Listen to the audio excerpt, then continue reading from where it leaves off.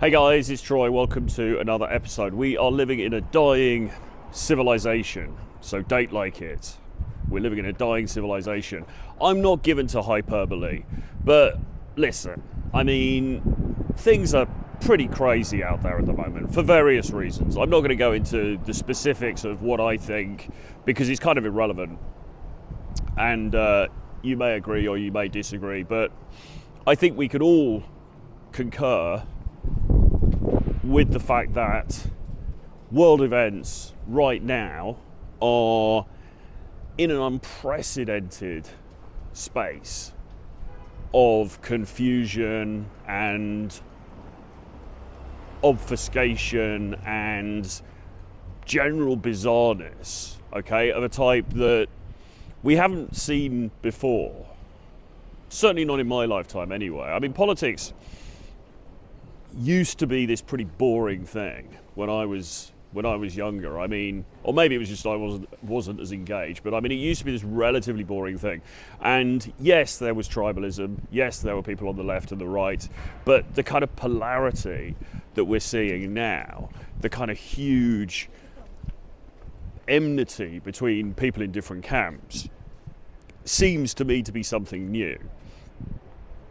But that's only one aspect of it. The other aspect of it is technological advance. And of course, the big spectre on the horizon now is AI. Okay? Well, it's not even a spectre on the horizon. It's here.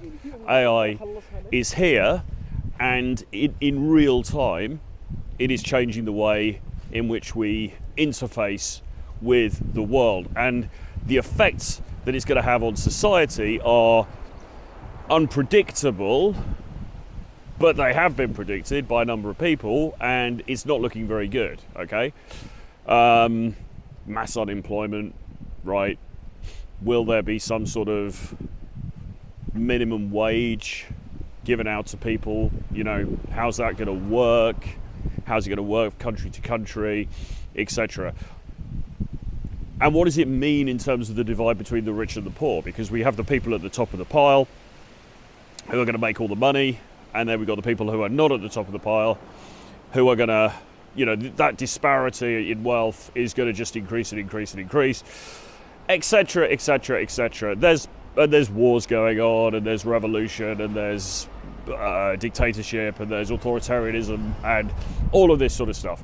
Crazy, crazy times. And in the dating marketplace, again, we are living in unprecedented times, okay?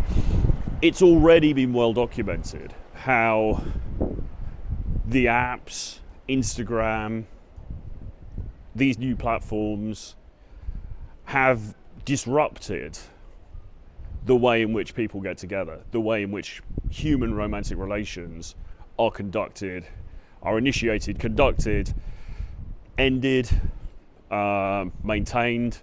All of this is now filtered through this lens of technology, which a mere 15 or 20 years ago didn't exist. Okay, we've seen seismic change in the manner in which people relate to one another, how they meet in the first place, how they stay in contact. All of this stuff, complete change. Now, people will look at, say, the Industrial Revolution, and they'll say, well, look, there was huge change at the time of the Industrial Revolution. Yes, there was. Prior to that, there was the invention of the printing press, right? So mass communication started to become a reality, etc. There are historical precedents of a kind for big changes in society, but the difference now is that things are happening much faster on a much bigger scale that are potentially much more far-reaching in terms of the way in which they're going to affect how we all live our lives. So what does all this mean, and what's it all got to do with dating? Well, what it means is that civilization as we know it is under threat, okay? And I'm not one for hyperbole, and I'm not one of these people who sort of like, oh, the West is dying, or London is dying, or any of that kind of thing. Because actually the truth of the matter is, I'm walking around London now, and you know, it all looks pretty all right to me. But there are forces which we've just talked about, which are changing the way in which we live, which are changing the way in which people relate to one another on a political level, but also on a personal and indeed romantic level, okay? And so the old certainties that we used to cling to, the certainties that our parents, and certainly our grandparents, clung to, are no longer relevant. And we all know this anyway, right? I mean, the idea that you would meet somebody when you're 20, 19 or 20, get married to them, have a bunch of children, be able to live on a middle class wage and have a nice house, retire, go on some cool holidays, etc., all of that's completely gone out the window now, okay? And you think about the younger generation, you think about Gen Z and, the difficulties that they are facing as far as affordability of housing is concerned, all this kind of stuff. All of the old certainties have gone out of the window, and we don't know what is coming next. This is the scary thing when you think about it. It's not so much the rate of change, it's not so much the extent of the change, it's also the unknowability of where all of this takes us and where we end up as a result of all of this, okay? So there's a lot going on, all right? And in many ways, life has always been unknowable, okay? In many ways, even before all of this additional stuff, life has always been a mystery, and you can't predict with any certainty what's going to happen. I mean, I'm holding this camera now, I could walk over a street and get run over live on this video, and that'll be the end of me, right? And that wasn't something that I predicted, it wasn't something that I expected, but it could happen, okay? That's always been the case. So the message from this video really is you've got to stop taking yourself and your life and your dating issues and so on so seriously. You've got to put it into context. And there's an old phrase that used to get bandied around in the men's online space quite a lot: enjoy the decline, okay? And I was always a big exponent of enjoying the decline, all right? Whatever you think the decline is, because you might as well, because you are not going to turn back the hands on the clock of history, right? You are not going to overthrow whatever is happening on a geopolitical level, okay? You don't have the power to do that, right? Now, yes, you could band together with a force of other people and maybe make some changes here and there, but the reality is there are huge tectonic shifts occurring right now in the manner in which human beings are conducting and living their lives. And there's, in practical terms, very little we can do about it. So you might as well just enjoy it, all right? Because with all of this, there are also huge opportunities, particularly if you're a young guy and you want to go out there and you want to meet new people and you want to have an exciting, interesting life, okay? We now have apps that mean you can meet people from all over the planet with just the click of a few buttons, okay? Upload a couple of photographs, suddenly you're talking to a girl in Sao Paulo. You know, travel is relatively inexpensive.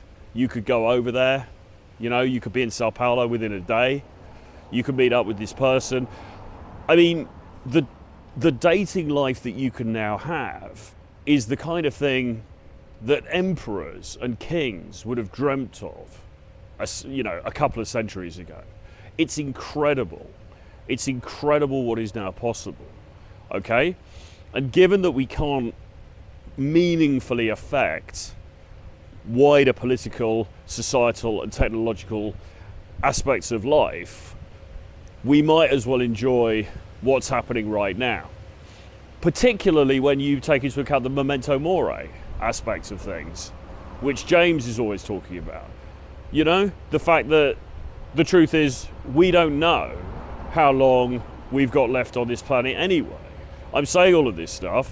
I'm not worrying, but I'm voicing worries about AI but I could be dead tomorrow. And so it's not even going to affect me, okay? So there is no certainty. There are no certainties.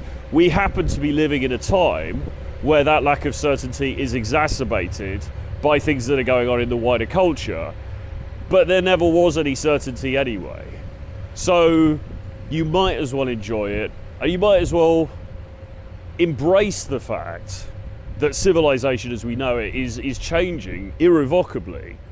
You might as well embrace that fact, lean into the absurdity of it. Think about Albert Camus, right? Lean into the absurdity of life and make a conscious decision to have the best time possible anyway. That seems to be the sanest possible choice. That seems to be the only choice, but also the sanest possible choice and the most healthy possible decision that you can make for yourself. Hope you got something from this. Hope you enjoyed it. Let me know what you think below. Subscribe to the channels if you haven't already. Give me a like. And if you are interested in coaching, then drop me an email, troy@realtroyfrancis.com, and include your WhatsApp details and we will be in touch. I'll see you again very soon. Bye-bye.